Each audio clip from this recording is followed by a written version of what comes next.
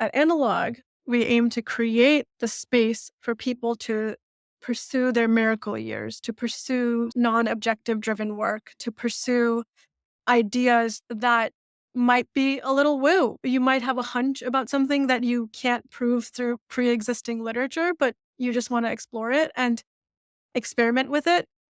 We're not solution driven because being solution driven means being objective driven. And yeah, the approach might not be a technological startup or a policy situation as an answer. It can also be a DAO. It could be a permutation of multiple perturbations. It could be policy and system intervention and behavior change and something else. And most importantly, perturbations don't have to be additive in nature. They can also be subtractive. What can you remove from the system? Whether it's a large economic system, healthcare system, to a very small system like a cell inside your body, to let your body come to equilibrium on its own. Diet and exercise are the best medicine for most things, and that's a subtractive perturbation, not an additive one like a medicine, right? Which is a really interesting parallel if you think about it as it relates to the world. How do you design to not optimize for a certain signal and allow more noise into your system? I think the answer remains the same. It's just the time and space and money to give interesting people doing interesting things to experiment without judgment of, oh, this is good and this is bad. This is going to be productive and this is not going to be productive.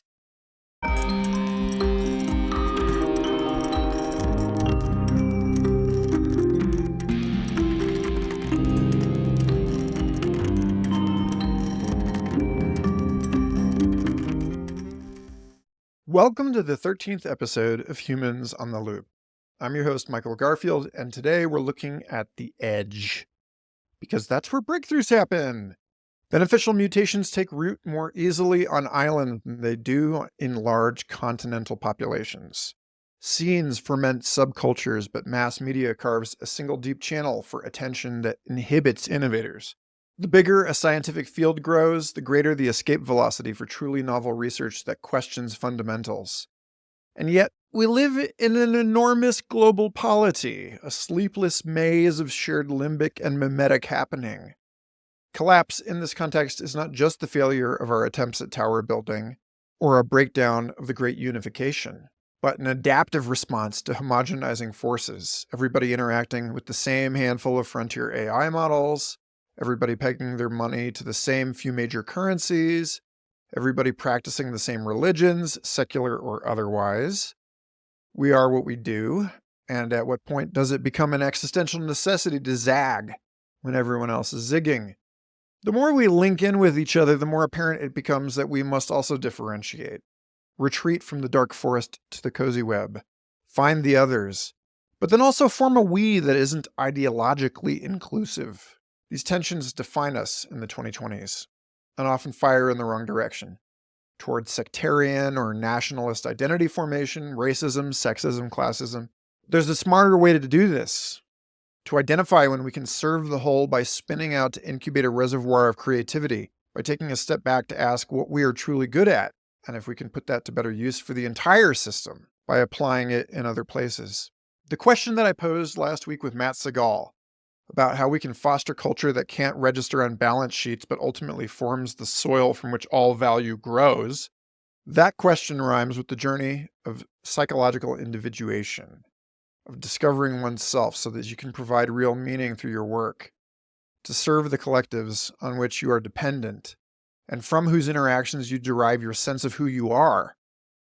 And that takes listening, so we resolve the paradox by tuning our attention across scales to find the sweet spot where each of us is attentive to the layers of reality at which we can create, and carefully but permeably partitioned off so that we're uniform where standards guarantee robustness. What needs to change? At what level? To come untethered here so it can anchor somewhere else? Or to be sheltered now so that it can erupt and run wild later? These are the kinds of questions I would ask if I were trying to meta-solve the meta-crisis. Where do we need boundaries and where do we need flows? And how do we ensure that we can redistribute them according to the changing needs of any given moment and location? And this is why I'm glad to share this conversation with you. Today's guest, Aishwarya Khanduja, is a fellow living inquiry, an incandescent interrobang, just like myself, the founder of the Analog Group. Let me read you their manifesto. Something profound has been lost in how we nurture new ideas. Our systems have grown rigid, favoring the familiar over the transformative. Like aging organizations, they prioritize self-preservation over evolution. Brilliant minds outside the mainstream are systematically overlooked. We're slowly losing our ability to imagine different futures. This isn't just an institutional problem, it's a failure of imagination. We're creating something different. Not another accelerator or fund, but a garden where breakthrough ideas can take root and flourish. A place where understanding deep problems matters more than rushing to solutions. Where time flows at the pace discovery demands, not at the pace of quarterly reports. We tend to ideas that others might call too radical. We create protected spaces where unconventional thinking can grow strong before facing the harsh winds of conventional wisdom. We recognize that some insights need years to mature while others bloom in sudden bursts of clarity. We look for brilliance everywhere, beyond traditional institutions and expected places. We seek out the independent researchers, the midnight experimenters, the hidden innovators working outside established paths. We know that transformative ideas don't come from credentials or affiliations. They emerge wherever curious minds are given room to explore. This isn't naive optimism. We understand the delicate balance required to nurture true innovation. We know when to offer guidance and when to step back, when to challenge and when to protect. Our commitment is to preserve our capacity to imagine and create genuinely new possibilities. End quote. Sound familiar? Obviously, this is just the start of something. Humans on the Loop exists to be the soil in which this kind of thing will flourish. Will you grow with us? Before we start, I'd like to thank the new anonymous donor dropping $100 a month into this project's fiscally supported and tax-deductible collection basket at every.org/humansontheloop, as well as all of you who help me keep the juices flowing here on Substack or Patreon. Take your pick as suits your needs. I deeply appreciate your support, and in gratitude, I'm excited to announce that we will book club Federico Campagna's Prophetic Culture, Recreation for Adolescence on April 26th, along with pregame discussion in the Future Fossils Discord server's members-only channels.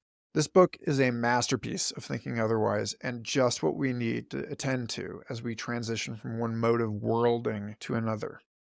I can't wait to talk about it with you and hear everyone's reflections and see what emerges from our synthesis. Lastly, I am finally publishing The Big Machine, my anthem for the screen age, and will drop my new single and music video on April 1st. So dive into the show notes and pre-save it on Spotify. Follow my YouTube channel for notifications when the song goes live, and prime yourself by meditating on the question, how long can you go without looking at your phone? But first, and without any further hype, the wonderful Aishwarya Khanduja. I hope you enjoy this conversation. Sorry it was late.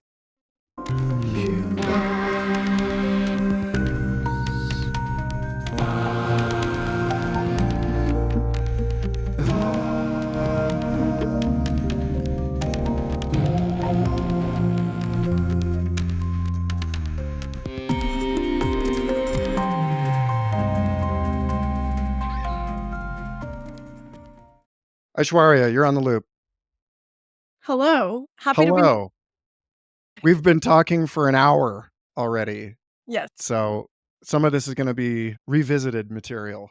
Yeah. But let's start somewhere fresh. I like to invite people to talk a little bit about the origin story because this is humans on the loop. And one of the premises of this is that we can't really evaluate one another's claims or understand one another's thinking without addressing the entity that is issuing those claims. Right. So anchoring the show in autobiography allows us to circumvent a kind of reproducibility problem. Let's talk about it like that. So yeah, where do you come from? Why do you care about the things you care about? Were there incitatory events in your life that prompted or provoked the kind of questions that you're devoted to now? That's really great. Great questions. Yeah, I was born and raised in India, in a very small town in northern India. And I was a pretty smart kid. So my parents were like, not a lot is going to be actualized for her future in this country with a population of 1 billion people. So they decided to immigrate to Canada. So that's where I grew up and spent most of my youth. I did my undergraduate degree in Canada in biomedical sciences, partly because I didn't know what other things existed and there was a lack of sort of access to resources there.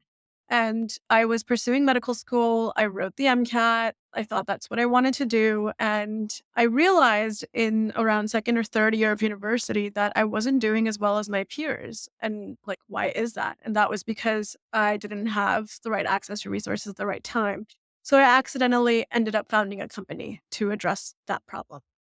And it was so organic that it started as a student-run initiative because I used to teach science at an indigenous reserve. I realized that these kids can go to university for free, but they don't even have the grade 11, 12 courses required to go to university in the first place. So I really was able to, I think, very early on understand the importance of access as it relates to progress. And again, it was very organic for me to do this because I was literally Googling, like, how do you incorporate a company? I sold cupcakes to raise money to pay the lawyers and that sort of thing, and had scholarships for students and wasn't able to scale. COVID happened, etc. I ended up going to grad school at Cambridge. So it was weird to study in India and in Canada, a colony, and then my colonizer's country, all different sort of vibes there. There, I did an MPhil in bioscience enterprise because I was like, okay, I have a background in biology. How do I actualize that and meet that at the intersection of all this business knowledge that I have now learned? And yeah, there I learned how to commercialize biotechnology and bioscientific processes. I focused on pathology because cancer is an important problem. I was pretty lost, I would say, at this time in my life. I ended up moving to San Francisco to be on the founding team of a women's health company.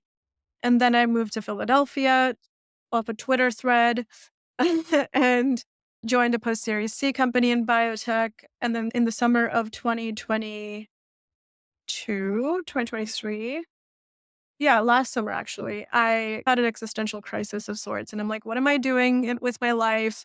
My life is perfect on paper, but does there seem to be a gap?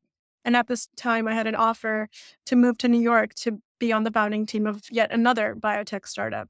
So I was like, do I not do that and just do the thing that interests me, which I don't know what that is yet? Or do I just join this company? What ended up happening is I ended up joining the company, but that didn't work out. And the world pushed me into what I was supposed to do, which was analog. And I'll talk a little bit about that because in hindsight, I sort of understood what was going wrong. I realized that so many of these companies and projects that I was becoming a part of were missing a very important piece. They were looking at problems from just a technological lens.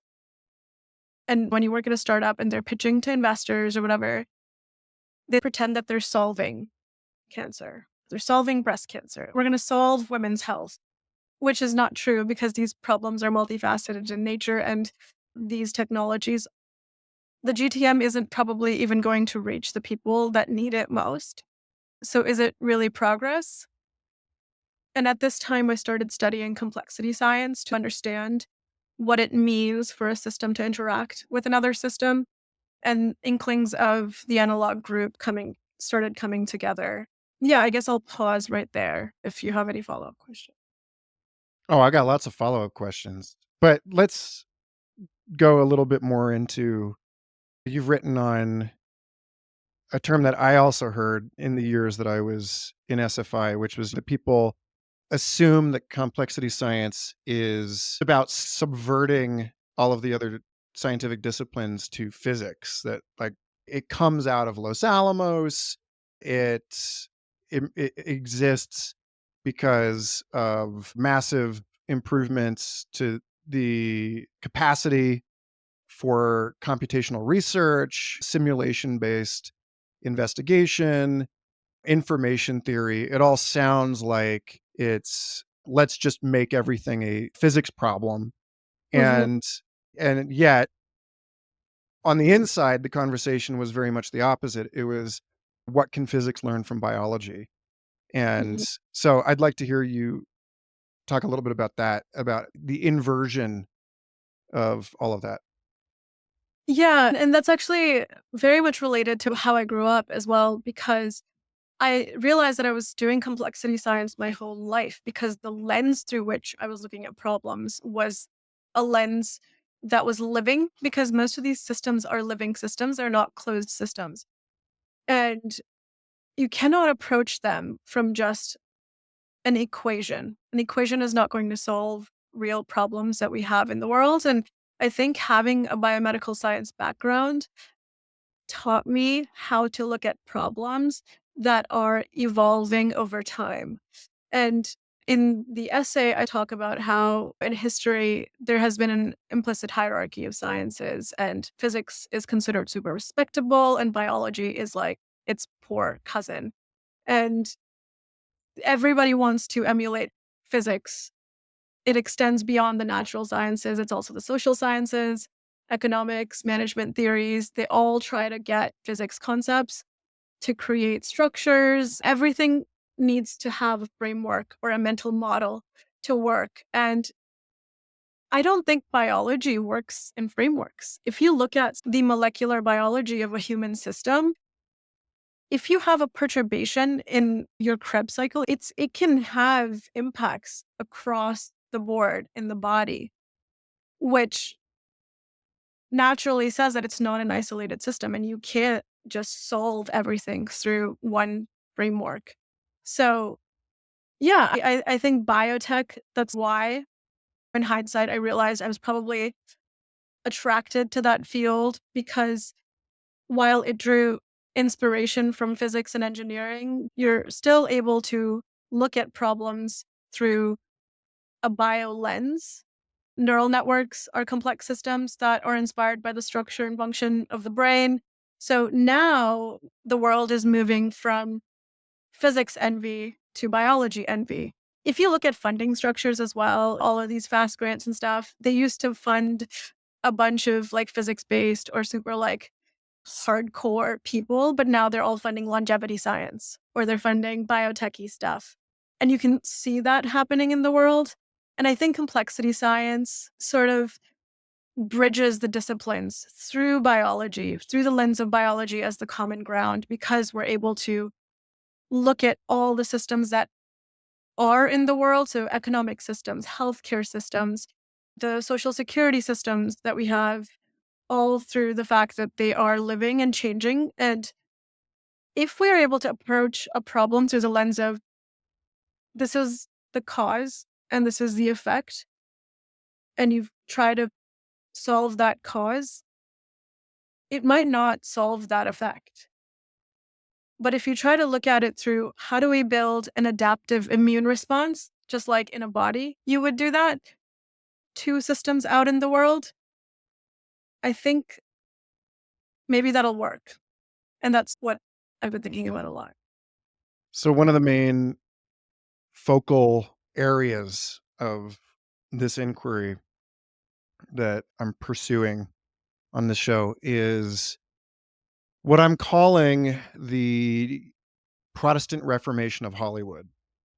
Mm. And I'm thinking a lot about folks like Stephanie Lepp and Ari Kushner in my network and many other people who are out there exploring with generative AI tools and finding ways to, I think in a way, it's like a fulfillment of the original writing, like 1968 Computer as Communication Device by JCR Licklider and Bob Taylor, where they said, rather than just scaling communication networks, that eventually we'll be able to use computers to move ideas out of one conceptual domain and into someone else's.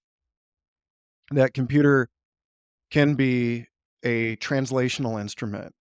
Mm. And what we have instead is people who are able to reach other people around the world, but their ideas have been pulled out of context so profoundly in order to make it possible for them to travel, that we've probably done more to foster confusion and misunderstanding. And I think that one of the promising developments that I'm seeing is to make what is going on in your head more tangible to other people. Like, for instance, Stephanie Lepp's series Deep Reckonings had deep faked various problematic public figures in about face and a kind of a moral transformation moment, and Mark Zuckerberg getting up on stage and saying, "I didn't realize what we were doing with Facebook was gonna be this complicated, and it's really caused me to reflect on all this stuff."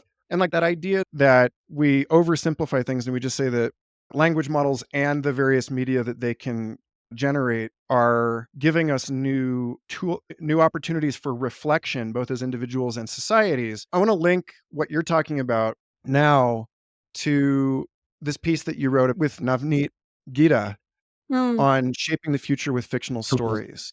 You quote Albert Camus, you say, "Fiction is the lie through which we tell the truth." And in talking about an immune response, in talking about adaptive strategies in policy and in research and in innovation, I just want to quote you real quickly here, the two of you. You say, "The landscape seems to always be about building, controlling, or influencing narratives. How do we change the zeitgeist? Let's stop building narratives for a second. We're not saying that storytelling for policymaking is always insidious. We think it can actually be very effective, but policymakers are too focused on making stories instead of listening to stories. The issue at hand is how to transform the powerful narratives and experiences shared by individuals into valuable resources that can be utilized by communications and policy teams. By engaging with fictional stories, policymakers can gain a better understanding of the lived experiences of those impacted by their decisions and use this knowledge to inform more compassionate and effective policies." So, like, I'm going after a really big idea here with you that bridges all of this stuff, which is that the more potent our storytelling devices become, the lower the barrier to entry for people to communicate their inner worlds and lives, the more legacy and incumbent systems have this rich new source of deeply contextual information that they can draw from in enacting these kinds of immunological responses. I'd love to just hear you reflect. I want to start by saying a quote by Kierkegaard in 1848, and I pulled it up as you were talking. It goes, "Suppose someone invented an instrument, a convenient little speaking tube that, however, was so powerful that it could be heard all over the entire country. Wouldn't the police forbid it out of fear that its use would result in the whole of society becoming mentally deranged?" Question mark. 1848, On point. right? And I feel similarly to that, to this sentiment that we're talking about as it relates to lowering the barrier for deeply contextual information. Because there's, on one side, you can simulate narratives, and on the other hand, you can just listen to the narratives that exist already. Simulating narratives are still biased by the person who is prompting the narratives and the question. And if you don't ask the right question, or if you don't frame the question the right way, then you're getting the narrative that you want to hear anyway. So I think the question here is, how do you ask good questions? How do you identify the right problems? And that just comes from active listening, a lot of empathy, a lot of intuitive decision making, and getting the right people in the right rooms. Yeah. And I think that's what the piece that I wrote with Navneet also touches on is let's stop making the narratives for a second and just listen to the ones that exist. And storytelling is a great way to do that. There are people who these policies impact who are writing their stories, who are talking about their stories. I think that LLMs and that sort of thing can be a great way to identify blind spots in your question asking. You can scrape all the views that are on Twitter and all of the perspectives that are shared via tweets and put them in an LLM and then ask it questions to see, okay, let's say you're thinking about the Great Resignation. How have narratives shifted from pre Great Resignation to post Great Resignation? Are people still thinking about work and meaning in the same way? How are people approaching the way they work, et cetera, et cetera? But then again, it comes down to the types of questions that you're asking and are they even talking about the same question in the first place? Maybe this is like too meta or like Not a at lot of all. direction there, but I'd love to hear your sort of riff on that. Yeah, well, I think the distinction that I'm interested in is, again, like who's using the tool and for what.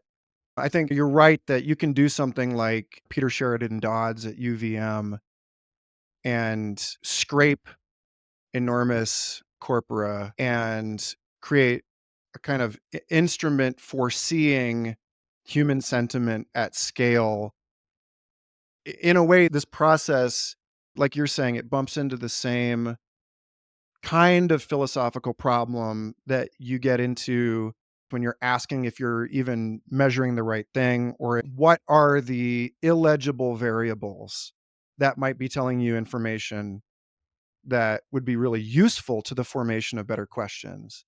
The other side of it that I'm seeing is that when we talk about telling stories versus listening, the world I'm imagining is one in which policymakers are doing less storytelling, less propaganda, and are doing more listening to people who are empowered to present their perspectives in a way that becomes newly legible to people in a position of authority.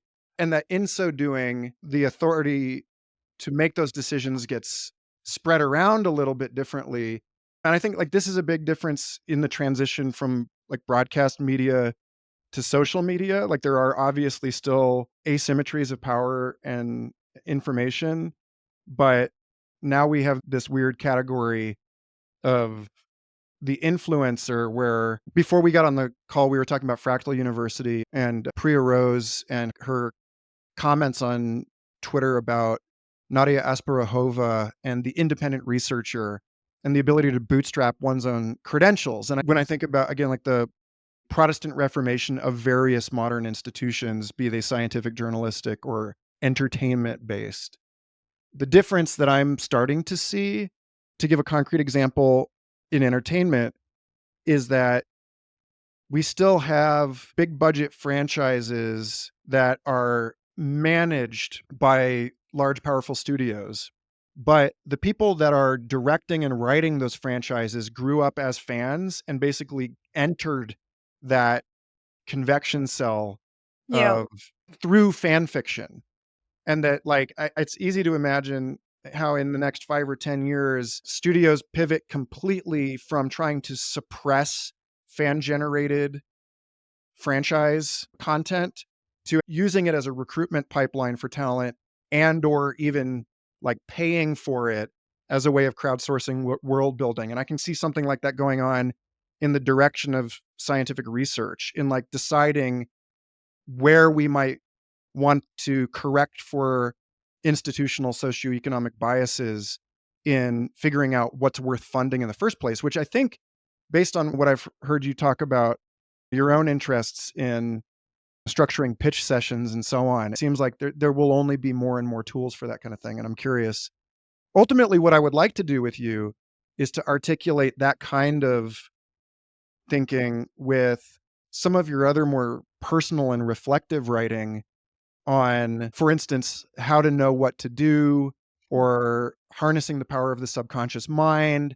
Like I think like the people who don't have institutional power are in some sense the subconscious mind of society. And so I think Mhm. there's a structural similarity in terms of what you've written about learning to trust your intuition and follow your curiosity, and all of that seems to be of a piece with this other piece. So many different threads there, I think, and I can pull on so many of them, but I'll start with what you started with, policy, picking and choosing narratives. And I'll try to follow this thread as well. I think that when you listen, you have to listen to the whole story. But if you're able to manufacture narratives on your own through LLMs, you might just pick and choose the parts that align with your prior vision rather than integrating the entire story. And none of my thoughts are like fully fleshed out, polished thoughts. They're very much just, I'm just riffing with your ideas. I think the idea of processing data to identify blind spots, to identify what the right projects are to fund, to identify new people to recruit for franchises, etc., is really interesting. But I think that still is missing the piece about, and I hate to say it because I know it's going on Twitter all the time, good taste. Say more.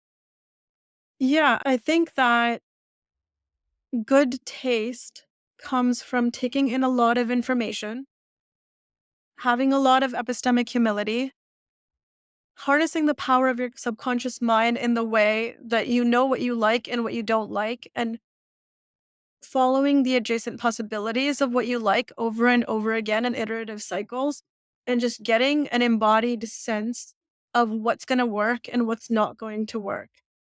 And I'm very pro technology, but I don't know if an algorithm is going to have that sort of tacit knowledge. I read the story, someone's thread on Twitter about how they wanted to try out a different career and they started to go intern at an oil and gas company and they learned all these calculations about where to drill a hole, what to do, all of these sort of frameworks, algorithms, and whatever. But they would have a guy named Hans come in once a week. He had just been working there for years. He wouldn't look at any of these algorithms or any of these calculations. He would look at a map. He would look at a couple of the paperwork that was associated with that project and just tell everyone, this is where to drill the hole. And they would do it. And that was the best possible answer.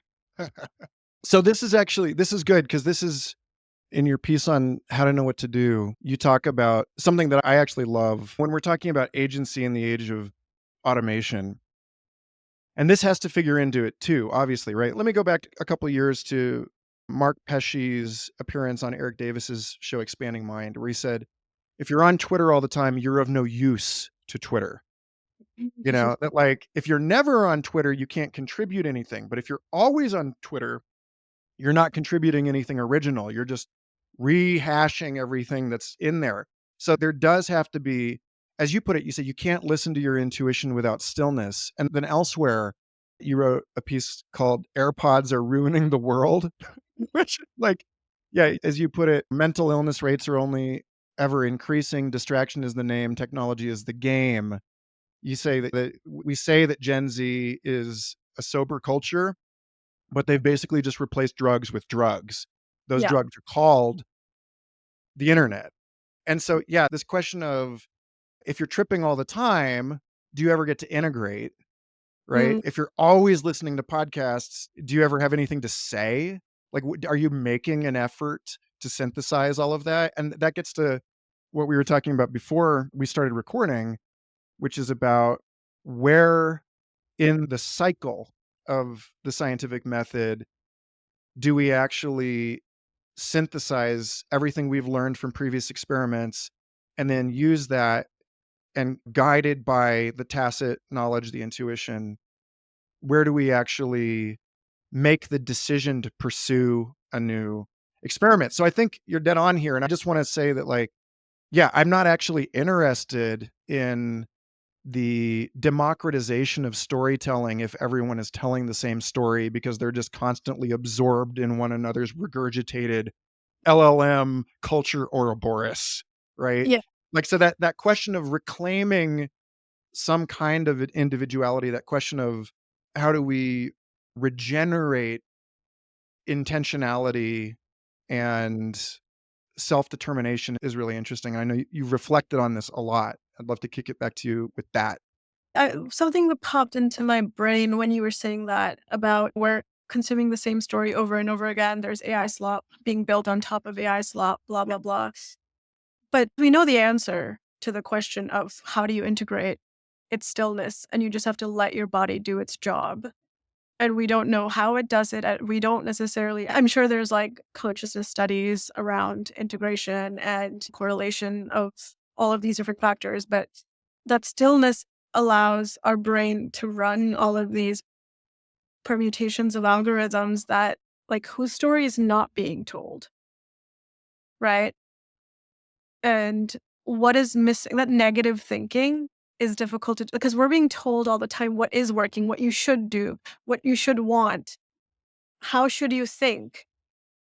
And I think there's some correlation there with broadcast media, which you talked about earlier as well, is, and this is a line from Succession, and I wrote an essay about this as well called Tasty Morsels from Groovy Hubs. And Raman Roy in the show, he goes, nobody is tuning into ABS News now to listen to what to think. What they care about are the tasty morsels. It's all about the morsels, right? Which can go either way. Some people might just use them to form their opinions, but some people might use them as a tool for discernment, which leads to good taste. So, yeah, I don't know what necessarily to think of as it relates to asking good questions at the right time in the scientific method, but I wonder if it's about just identifying those things through good taste, right? You read, so like a really great example of this is Caitlin Carrico, who developed the mRNA vaccine. Such an amazing woman and such a great story. She was just really interested in mRNA her whole career, and nobody took RNA seriously. At the time, DNA was all the rage, RNA was so difficult to work with. And she was always just like, I think what you think is the weakness of RNA could be its strength. And she was almost fired from Penn like 3 different times. She was at the end demoted, but she just really cared about this. And she didn't necessarily know what the application of it was going to be. She was trying out, I believe, with cardiovascular disease. I think she was also looking at neuro stuff. Like, she was actually technically in the neuro lab there when her research wasn't even neuro related, whatever. Ended up meeting Dr. Weissman over a printer copy machine, which I don't know if people use anymore, but at Penn. And he was working on HIV research, and they started talking. And she's like, oh my God, I have the exact thing for you. Right. And in that moment, she was able to identify that mRNA could be used to solve the HIV problem for Dr. Weissman. And they were able to identify the use of mRNA for HIV, but then COVID hit and they realized, oh my God, this can also be used to save the world. And if she didn't follow her curiosity to its fullest extent, if she didn't have just the determination and courage to follow her own taste, because anyone can be told, oh my God, if you give us more publications, if you apply for more awards, you'll climb through the ranks at Penn, you'll become an assistant professor, you'll become a professor, you'll get tenure, blah, blah, blah. But she had the determination to stick to her taste that whole time, which led to the vaccine that ended up saving the world. So I wonder if, yes, intentionality is important. Yes, tacit knowledge is important. Yes, taste is important. Yes, listening to the correct morsels and ignoring the incorrect morsels is important. Having discernment is important. But I wonder if the magic here, especially as it relates to human agency in the world of technology, is to have the sheer determination to believe in your own consciousness to an extent that just can't be, I don't know what the word is, but you can't shake it. Yeah, yeah, this comes up a lot on the show. The innovation research I was doing last year with Mozilla on the structures and processes of legendary organizations like Xerox PARC and Bell Labs and ARPA. The thing that all of them had in common was that at some point, the organization within which these fabulously inventive R&D groups was going on changed, like famously, like the divestiture of Bell Labs ended decades of insulation from market pressure. The histories of Xerox PARC talk about the fact that, for instance, as long as they kicked out something really lucrative every once in a while, like the laser printer, incidentally, that they could basically waste as much time as they wanted on something else. Amber Case talked about this when I had her on Future Fossils last year about what happened when Google X went from giving people 3 years to demonstrate the viability of a project to giving them 2 years, and how that really dampened the innovation of those groups. And so I think that there's another way in which I'm always looking for that, the kind of like agreement between scales here. I feel like subjecting ourselves to the the sort of engagement hacking reward system manipulation of not just newsfeed algorithms, but of society generally, right? Of like of caring about the way that we are perceived by other people. You talk about this. You talk about decoupling your own curiosity and the way that you follow interests from the extrinsic goal.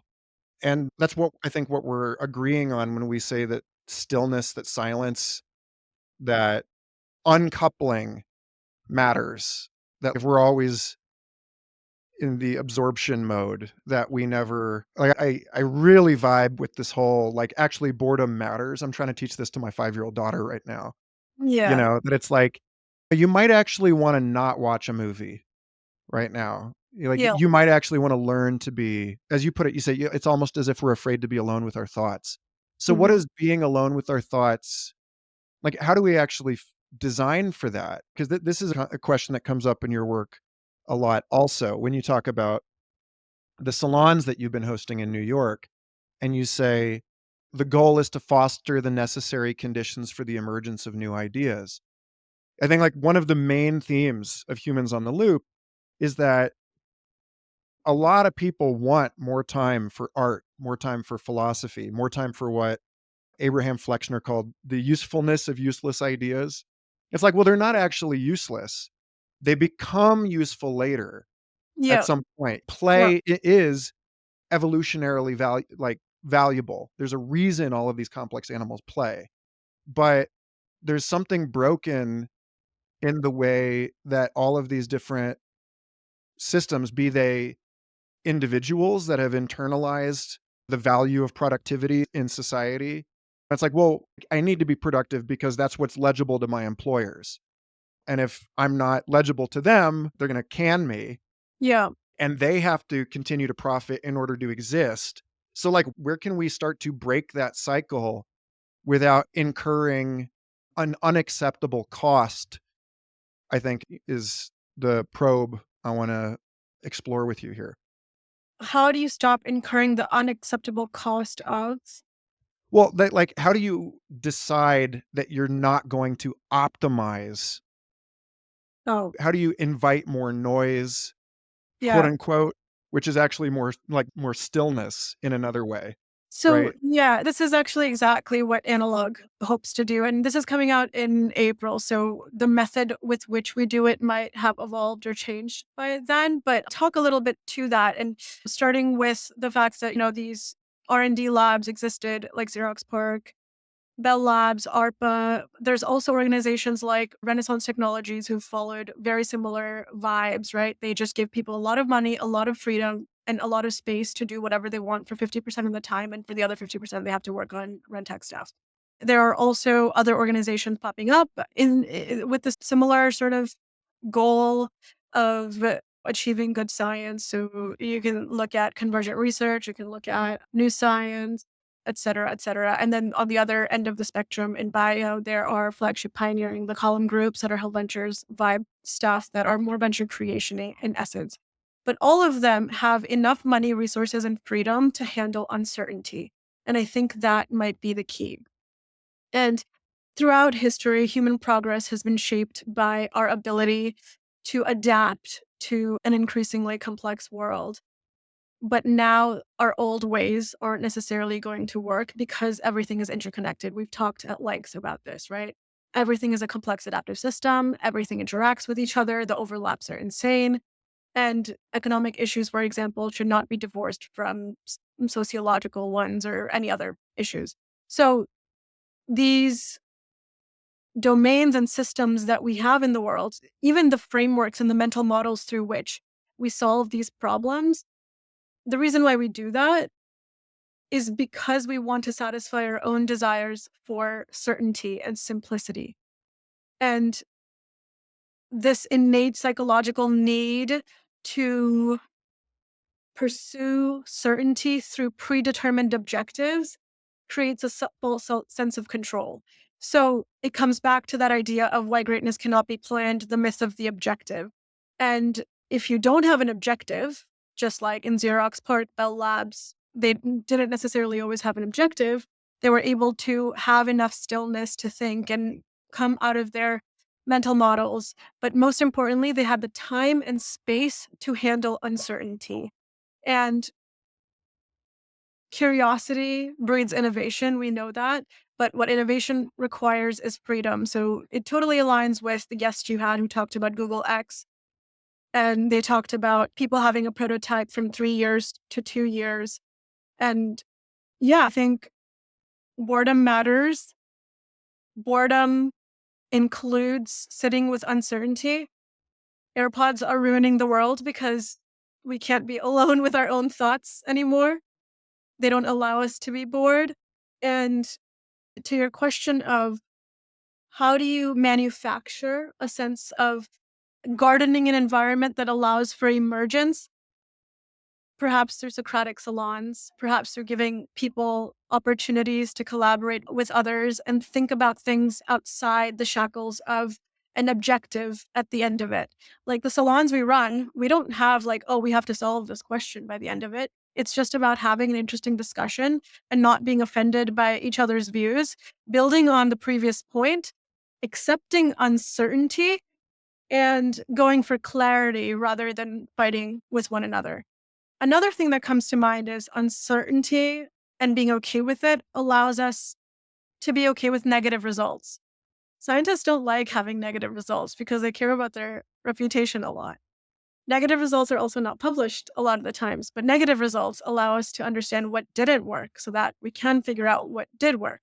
And I think these organizations of the past, like Xerox PARC Bell Labs, they provided people with enough money, resources, freedom that those people were okay with negative results because they could just go try something else. And to your question about the value of productivity, it goes back to the objective thing, I believe. So if you don't have an objective, then maybe you're just not concerned with productivity. But people have to have an objective because they have to make money to support their families. So at Analog, we aim to create the space for people to pursue their miracle years, to pursue sort of non-objective driven work, to pursue ideas that might be a little woo, that might you might have a hunch about something that you can't prove through pre-existing literature, but you just want to explore it and experiment with it. We're not solution driven because being solution driven means being objective driven.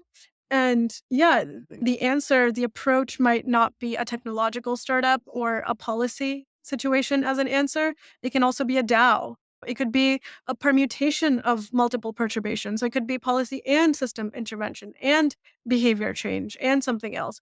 And most importantly, perturbations don't have to be additive in nature. They can also be subtractive. What can you remove from the system? Whether it's a large economic system, healthcare system, to a very small system like a cell inside your body, to let your body come to equilibrium on its own. Diet and exercise are the best medicine for most things. And that's a subtractive perturbation, not an additive one like a medicine, right? Which is a really interesting parallel if you think about it as it relates to the world. And we can get into specific examples of that. And I think the last thing you asked was, how do you design to not optimize for a certain signal and allow more noise into your system? I think the answer remains the same. It's just the time and space and money to give interesting people doing interesting things to experiment without judgment of, oh, this is good and this is bad. This is going to be productive and this is not going to be productive. I wrote an essay called A Case for Strategic Ignorance by Design.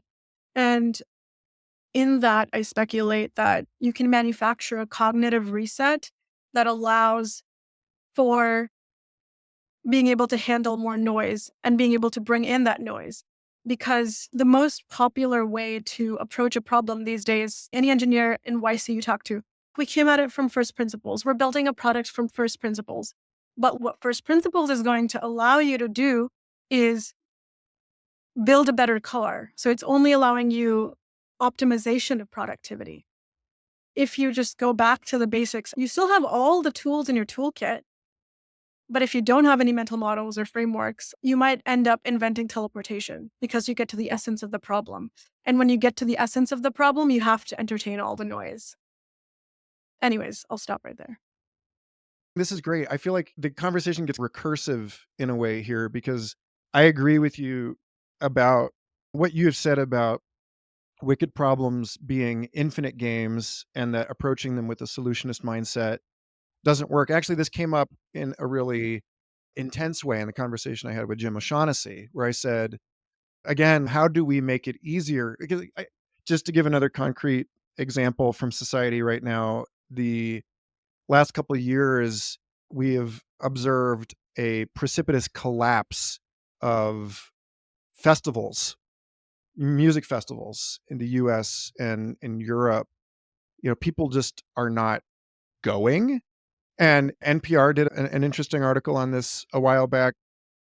And one of the things that they identified about why festival attendance seems to matter less to people in the last few years than it did when I was in the target demographic in my 20s and early 30s was that part of it was the aligned with this kind of broader observation about people who have spent most of their adult lives on devices all the time and isolated from one another during the pandemic.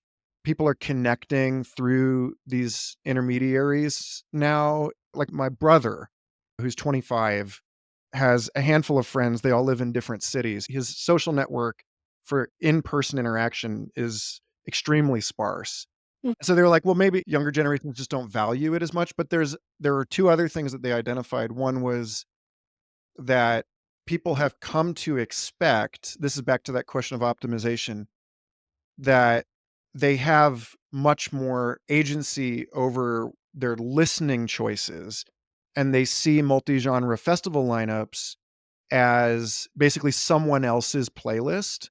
You Mm. know, it's like something has happened where there was a covenant, there was a trust with the tastemakers that curate these festivals, where originally it was like, "We're gonna turn you on Mhm.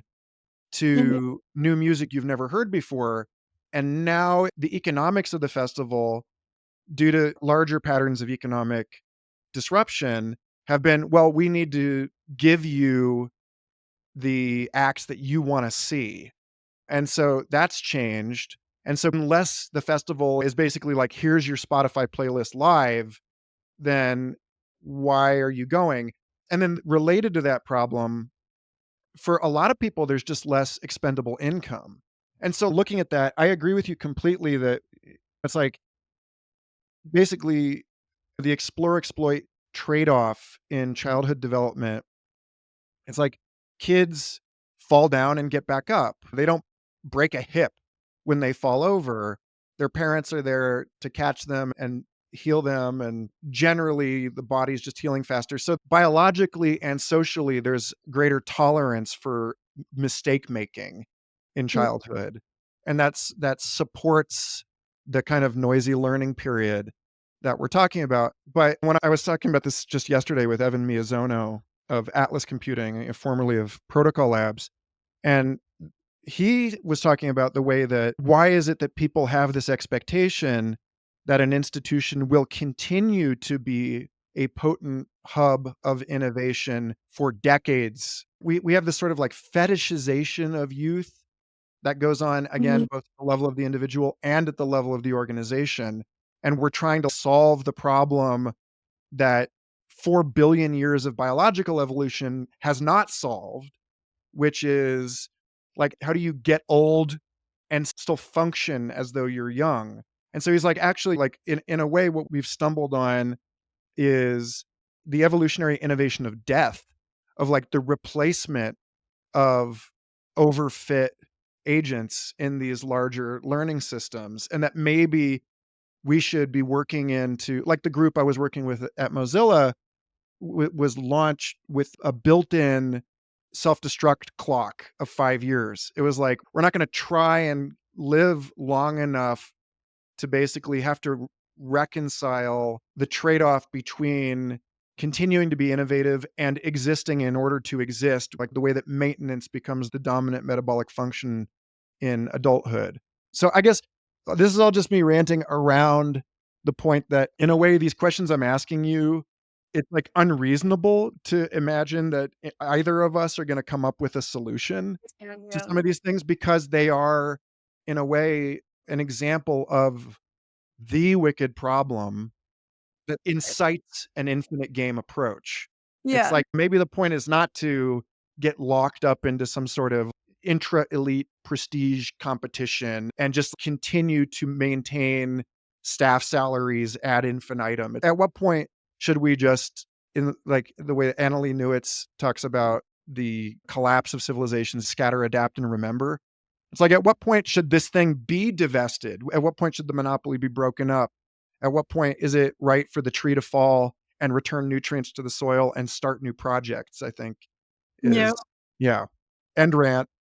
It's a really good rant, and I don't have answers, but I have more rants. But Please. it was very insightful the way you framed how these days we have more agency of listening voices, and we don't have to take in the noise because we just don't. We have the agency on Spotify. Your day list refreshes every 2, 3 hours and gives you a new list of things to listen to based on your previous listening history from years and years of data. And now kids don't know how to interact with each other in real life, which is so sad. That's actually so sad. And the fact that market trends are following and essentially just exacerbating our vices because of that, because that helps them make money. And you're right. Like, what is the point at which the tree falls? Yeah, I don't know any answers to this at all, but it is a really good question and worth exploring whether it's our ego that is keeping us tied to these institutions and, as you said, just collecting medals and achievements and status, or is it that we actually want to do something in the world? Yeah. I wanna ask this question to you in a slightly different way, because you've written on work-life balance and what a joke that is. You say, "It's astonishing how much of our adult life is spent with our coworkers, much of which is spent masking with performative professionalism.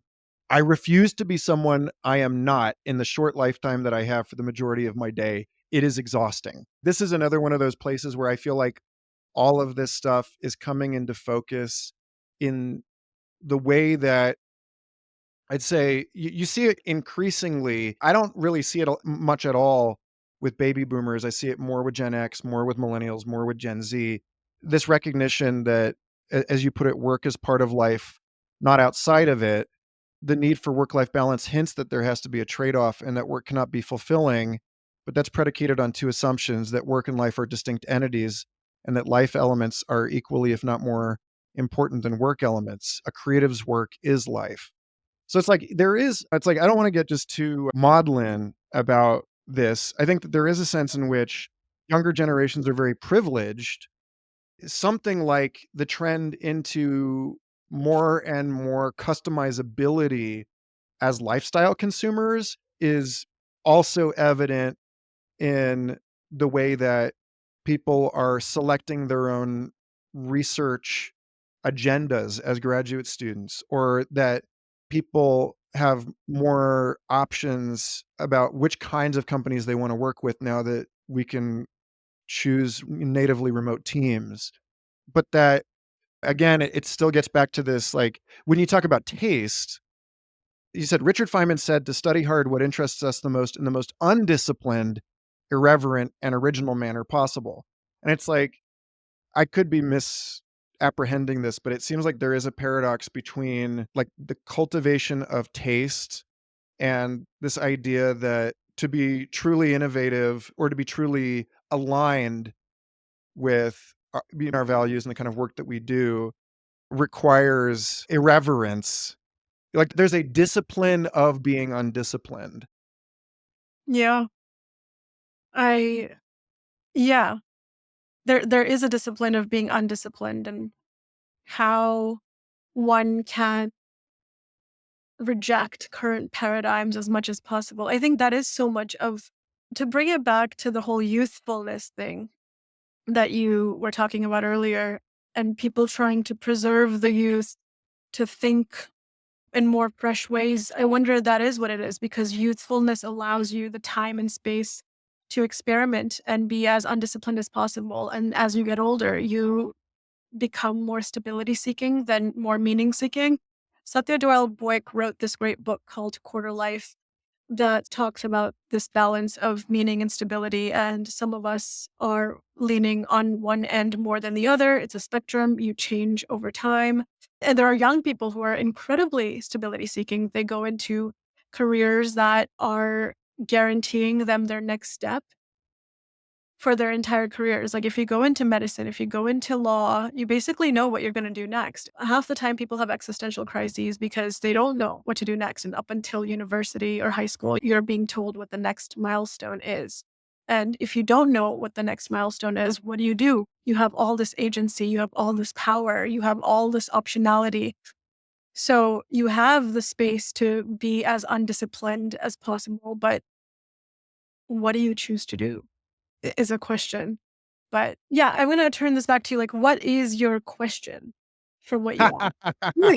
I'm not disciplined enough to form questions. No, I Well, think when I spoke with Kaylato McDowell, they've written about, they wrote this great piece on neural interpolation, basically saying that life in the age of AI and brain machine interfaces is one in which our media sense back, and we no longer see ourselves as nodes in a network of interlinked devices and social constellations, but as networks in our own right. And that the stories that we tell about who we are these low dimensional embeddings of these unfathomably high dimensional semantic spaces. That there's like a sense in which neural media as a cultural technology of increasing ubiquity in society is making us construct aware, is making us more aware of the stories about ourselves that we tell, like that we realize that in some sense they are practically true without perhaps being empirically true. And you've written about this too. You wrote a piece about Ines Hippolito's comments on Susan Schneider's Artificial You, in which you talked about rejecting realism, the human cultural roots of AI, and where agency emerges out of interconnectedness. And so, if I'm going to say, when I put together these insanely elaborate yarn balls of reflection, what I think that we're really doing here is rather than asking questions that perform a kind of naive realist stance about what matters, we're back to where we started in the conversation, which is like, here is a cluster of associations, a space yeah. of ideas from which I'm hoping to elicit from you what narrative you might draw from it, like what path you might Mm, select to cut out of that space. And when that gets to like the main theme that I'm really prosecuting with you here in this conversation is you quoted Kurt Vonnegut in Mother Night. You said, "We are what we pretend to be, so we must be careful about what we pretend to be." And that gets back to the democratization of storytelling and the democratization of the allocation of attention in research and design. And what is the as if that we find most interesting that we are deciding to pursue out of all of this information and all of this complexity and all this optionality? Like, again, the Camus, like, fiction is the lie through which we tell the truth. Like, if Yeah. I'm asking you a question, it's like the question might be, how do you decide to cut a path through all of these constellated ideas rather than like, is there a right path? It's like, how do you personally choose to live with more intentionality? And then how might you hope that living in that way provides an example to people who perhaps feel more coupled to social pressure or have less time, less money, less social support in Yeah. order to engage with the stuff in the way that you yourself are trying to support with the analog? Yeah, there's so many good threads there, and I totally understand hunting for alpha here that you're doing is more so not it's the interesting morsels rather than answering a question or whatever. So I really appreciate you saying that.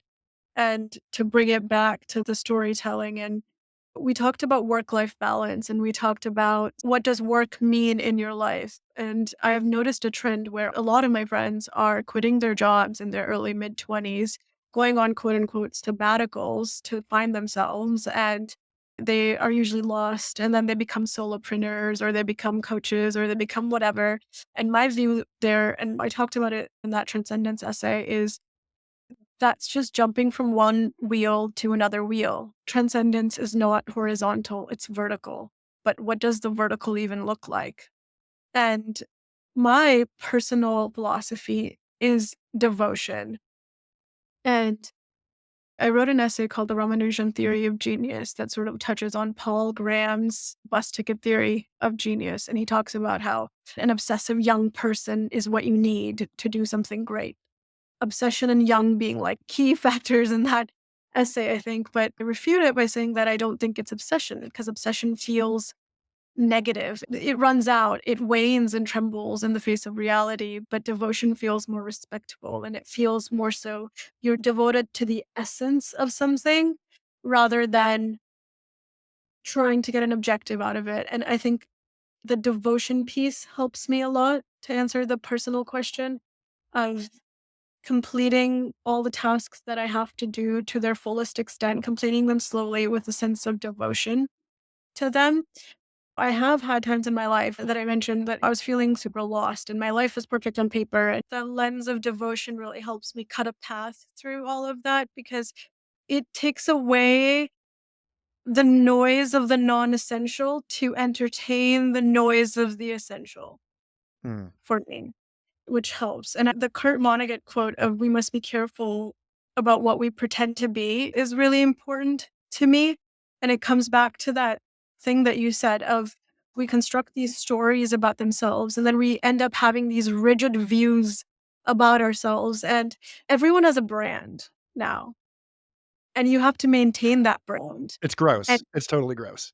it's disgusting, but it's but that comes from having that narrative about yourself, and I feel that a sense of devotion and I'm not good at it. I'm still struggling with, like, figuring it out and centering myself every single day to be on the path of devotion, and I'll still have days where I have doubt and all the noise is there, and am I doing the right thing, et cetera, but I wonder if devotion takes out that burden that comes with perception. I also wanted to touch on the useful part. Yeah. And I don't think that partly, I don't think you can only innovate when you're young because so much of tacit knowledge is developed over time and you gain wisdom over time. And there are geniuses out there that have a lot of depth to them.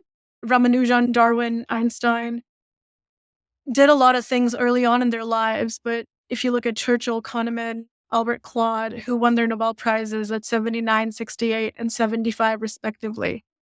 And I'm quoting this directly from my Ramanujan essay. sometimes it takes time to figure it out. And you have to go down so many paths in your exploit versus explore problem, in your global maxima versus local maxima problem. Sometimes you have to reach local maxima 100 times before you can reach your global maxima. But when you reach your global maxima, that's like world ending. That can be amazing and it feels juicier and better than ever before. But yeah, I'm still like thinking a lot about this work life balance question. And I still remain with the perspective that I don't think work life balance is a thing. I think work is life and life is work. And I'm very privileged to have identified my life's work. But what does that look like for people today who don't even have time to think about that? Or can't make time to think about that, or are so distracted by all our vices or phones or social media. And what does it look like for them? Do they just stay in these golden handcuffs and repeat those cycles over and over again? Or are they wanting to step away and really question that life? And not everyone has that privilege. And I'm working on a project with a couple of my friends. It's just a fun little thing. It's called The Kids Are Not All Right. And we try to have conversations around this. We're writing a couple of essays around this and what does work mean? What does having a good life mean? Paul Millard is someone who's written a couple of books around this. One is called The Pathless Path and the other one is called Good Work. I haven't read the latter one yet, but He's yeah, I think that having more conversations and questioning things is probably, isn't it funny that it actually just comes back to community and a sense of belonging and just finding people to talk to? So I'm finally prepared to ask you a simple question, Mhm. which is you talk about like Shoshi and beginner's mind and decoupling from the quote unquote market pressure or pressure to conform socially. How do you hold yourself accountable? Or like, how do you surround yourself with people that you trust to hold yourself accountable? Because to the extent that everything we're talking about is anchored in, I would say, even more than interconnectedness, a kind of prior non separation, that like the individual is something that emerged in biological systems after life itself. Mhm. And so, in a very real way, each of us is a fragment, local instance, or like a distinct perspective operating within a whole. And so, this question of devotion and this question of like giving yourself the permission to derive your own sense of purpose and value, we have to hold that together with the like, I appreciated that you're like, "I'm gonna quote Ayn Rand even though I explicitly don't agree with her political philosophy." Like this like, in her acknowledgement section, she says, "Nobody helped me," and it's like, "What are you talking about? You're a refugee." So, like, there has to be a way that we reconcile self-authoring with there's no denying that we are emergent from and profoundly constrained by the quote unquote other. But then also you said you read the essay I gave to Cosmos on autonomy and freedom and how it has to be freedom with rather than freedom from, because there's no Mhm. lying to ourselves about being discrete atomic billiard ball actors anymore. So I'm like curious how you make sense of this in your own life? Like, how do you structure your social relationships or lean into the ways that your personal history constrains your possibility space and therefore the adjacent possible for you, and what it is that you notice and what it is that you care about and how you individuate? So many great threads there. And I just want to preface by saying that I don't have answers. And I have a personal perspective. I don't have it all figured out, but I'll share my thoughts on decoupling from everything around me. I think part of it is obviously like I just have awesome people around me, and it takes a village to raise an Aishwarya. And it's still true to this day. Like my parents do not understand anything that I do. They have no idea what at all. No, no, they literally they don't even know what I'm working on at all. And I think that brings me back to the ground every single time I talk to them, which is almost every single day. And I think having grounding activities like that helps people who knew you before all of this to remind you where you come from. But also, I think that thing that you said about personal history constraints, I suffer from that so deeply because my personal history constraints have given me a scarcity mindset. And to come out of that, I've found a lot of answers in Adlerian psychology. Adler was Freud's student. He just developed his own field. Freud is like, your trauma, your background defines you, whereas Adler is like, your background doesn't have to define you. And I think that helps a lot, that everything is interpersonal, but you don't have to take on other people's stuff. You can just be free from that. And I think that helps a lot. My partner is just so great at calling me out on my bullshit. That helps a lot.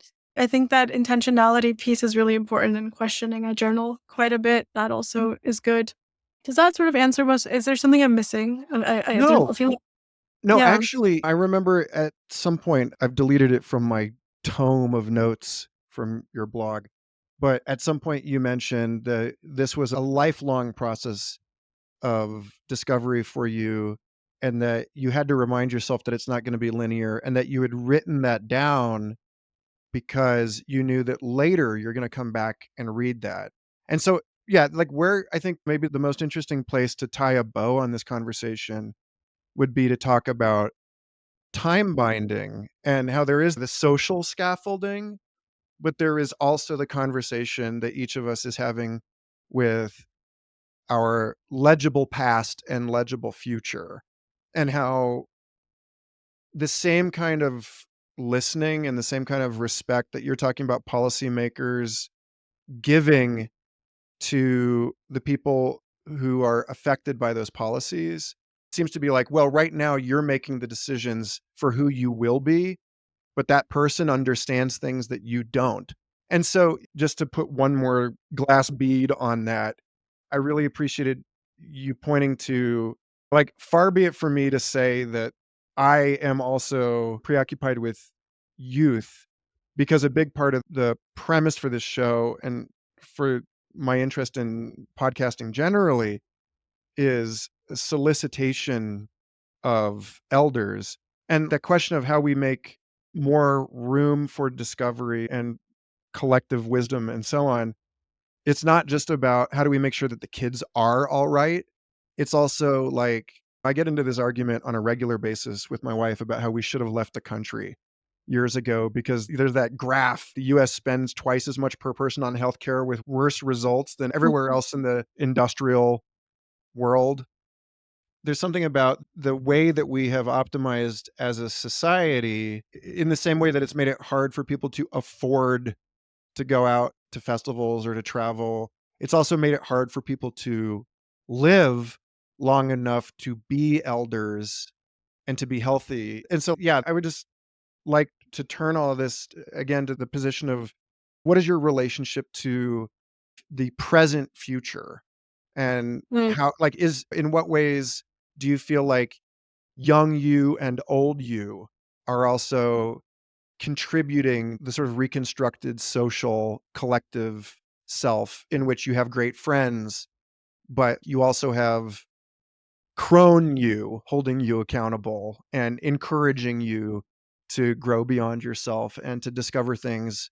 And again, one of the most interesting applications that I've seen of AI lately has been to create hypothetical older versions of yourself as a chatbot and avatar, and how it really does something. It's like journaling and like the essay. And I'm glad that you brought that stuff up. That these opportunities for reflection seem to evoke better versions of ourselves. So, yeah, take that in whatever way you want, but, like, I think the question of looking back on the analog in 10 years' time, like, engaging with the older version of your project and the community that is built up around it, would be an interesting place to land this discussion. I think you pull on such an important point. And the first thing that came to my brain when you were talking was having older people around to awaken you, because they've done it before and they've failed before and they have failed at the same permutations that you've failed at before. And I feel that the more we talk about this stuff, the more people will wake up and try to be intentional about it. And one of the ways to do that is to get wisdom in young people's ears somehow and in their brains somehow. And that could look like you having someone who is super experienced and older on your podcast. That might look like me having older voices at my Socratic salons, which I try to do as well, because it's not just about diversity of thought, diversity of field, diversity in what you look like. It's also about diversity of age, which I think we forget about a lot. And to that end of asking your future self, I actually love to do this exercise of like, what do I look like? I'll create a Pinterest board. What are the vibes of my life in 20, 30 years from now? What does she do every day? When she wakes up, what does her morning routine look like? What does her week look like? What does her month look like? Is she living seasonally or is she living in the same place? Where in the world is she living? Of course, that thinking might evolve over time, but it allows you to be more intentional about what you do today, even subconsciously. My answers change all the time. Sometimes I'm like, oh, it would be nice to live in Italy on a farm. I don't know. Sometimes it's like, oh, I'm going to be a career gal in New York City. So, yeah, I think it allows you to mold your future based on all the information that you have today, but also learn from the wisdom of your future self, which she knows more. And I think when we talk about reaching our highest potential with the work that we do at Analog or with the work that you're doing with Humans on the Loop, and we think about what is the best this product can be, what is the best this company can be, what is the best I can do professionally in the world. But I think your potential is also what's the best sister you can be, I could be, what's the best daughter? Like, what does my highest potential look like as a member of my community? What does my highest potential look like as a wife, a mother, if I ever become one, if I ever have the privilege of becoming one in my future? Yeah. And I think questioning those things allows us to start having inklings of the types of values we want to embody. And we want that potential to be maximized in all areas. If we're going to talk about complex adaptive systems as it relates to the external world, we can't forget about it in our internal world. And for me personally, I feel that the work that I'm doing with Analog is a direct translation of my personal philosophy just applied to systems. And I feel very aligned with that on most points. And I feel very lucky to feel aligned with that on most points. Yeah, I think I'll end there because I think that's what that question means to me. Right on. With devotion to the epistemic humility that you and I both care about, if you were a chatbot and I were prompting you, what is the most fruitful question I haven't asked you in this conversation? Like, where do you recognize a blind spot that you and I might look back in 6 months' time and be like, wow, we could have spent a whole extra conversation on that. And we've learned so much. And that might be the launching point for the salon that you and I have talked about co-facilitating. Like, what's the missing, unarticulated inquiry here? I don't know why, but the first thing that comes to my mind is what does it mean to be human? And whatever that means to other people. And it might mean very different to people at different stages in their lives. It might mean very differently as it relates to, as I said, age, where you come from, where you want to go. Ambition looks differently for different people. Some people's answers are going to be, I'm this ambitious and this is what it means for me to be human and this is the impact I want to make on the world. And yeah, I think that would be a good question for us to explore in a non-objective tied way with as diverse of a group as we can get together with people who will disagree with each other to their core, but while we foster a sense of epistemic humility and openness and humanness as we move forward in that salon.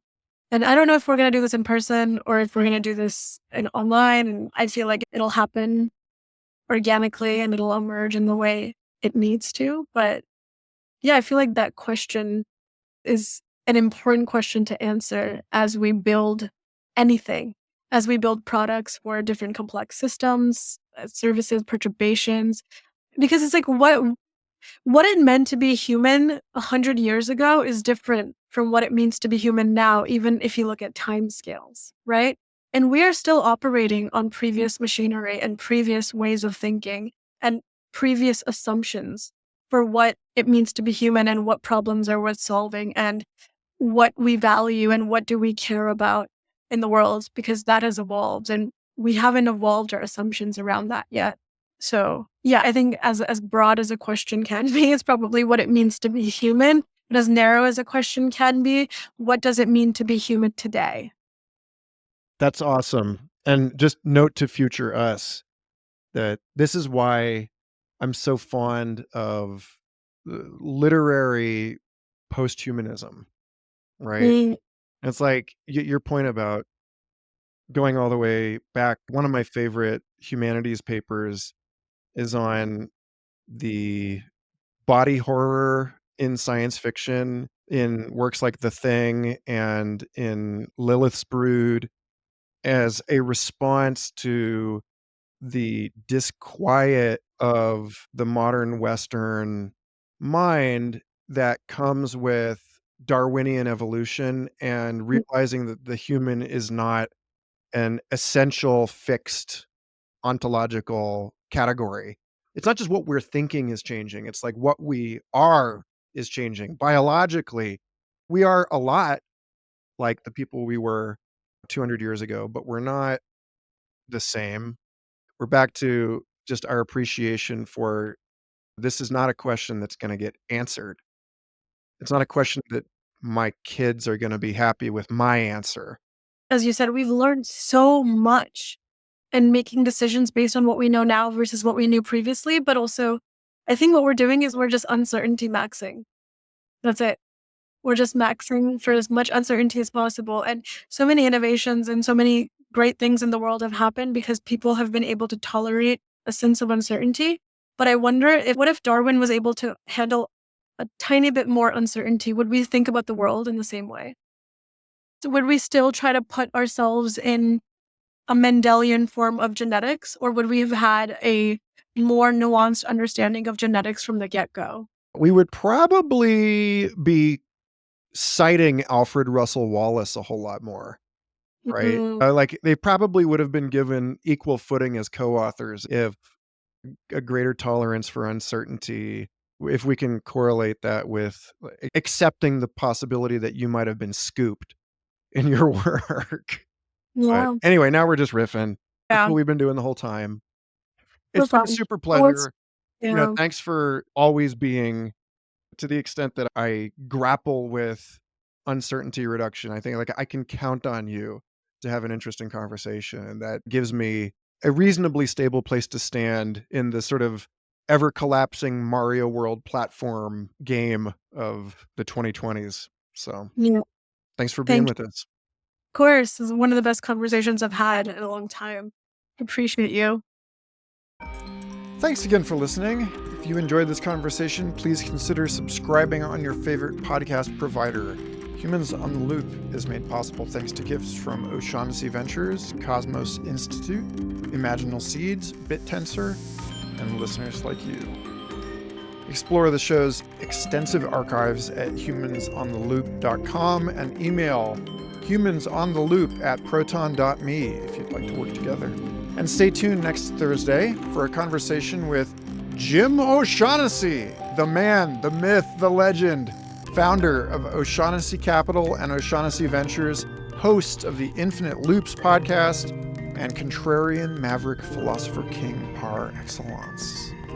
Until then, take care and remember, attention is our greatest natural resource.